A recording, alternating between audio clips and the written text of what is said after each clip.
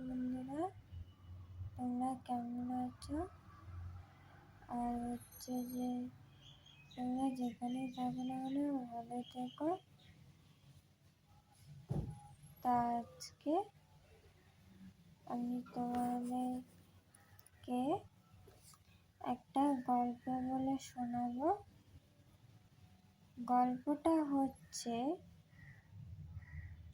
একটা গ্রামের গল্প, ঠিক আছে? তো এবার গ্রামের গল্প যেহেতু, তাই বুঝতেই পারছ গ্রামে সব কিছু।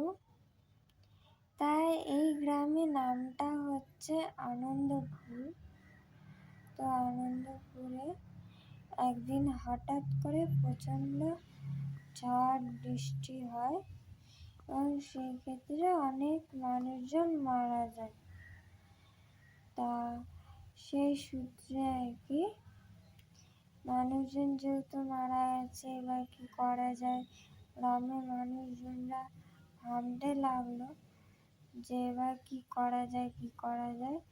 তখন তারা ভাবলো যে না, একটা কাজ করা যাক, আমরা প্রধান সাহেবের কাছে গিয়ে বসি।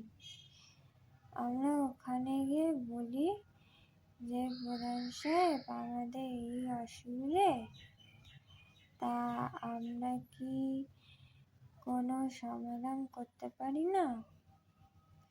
যদি প্রধান সাহেব বলে যে হ্যাঁ সমাধান করতে পারি, তাহলে এটা যেমন কথা তেমনি তার কাজ। তেমনি ওরা গেল, গিয়ে কথাবার্তা বলল। এবার প্রধান সাহেব বলল যে হ্যাঁ এটা করাই যায়, কিন্তু করতে গেলে অনেক কিছু লাগবে। কিন্তু কি লাগবে? প্রথমে হচ্ছে যে এসব করতে গেলে অনেক খরচ রয়েছে, সেই খরচটা লাগবে। তা সেই খরচটা কে দেবে? তো এই কথা শুনে সবাই তো চিন্তায় পড়ে গেল, কারণ ওখানে সকলেরই সব হচ্ছে গিয়ে গরিব, কেউ ওখানে ধনী নেই। তাই ওখানে সব ভাবলো যে শহর থেকে লোক আনবে, কিন্তু সকলেই আমরা জানি যে শহর থেকে লোক আনানো মানে হচ্ছে অনেক টাকা লেগে যাবে শহর থেকে লোক আনতে গেলে। তো এবার কি করা যায় সবাই ভাবতে লাগলো। ভাবতে সবাই ডিসিশন নিল যে না, এইটাই করা যাক, শহর থেকে লোক আনানো যাক।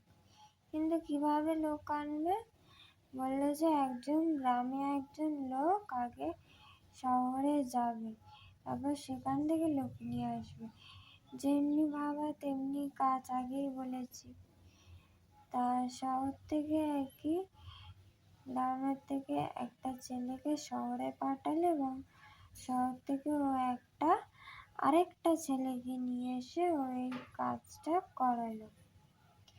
কাজটা কি ছিল নেক্সট পার্টে জানতে পারবে।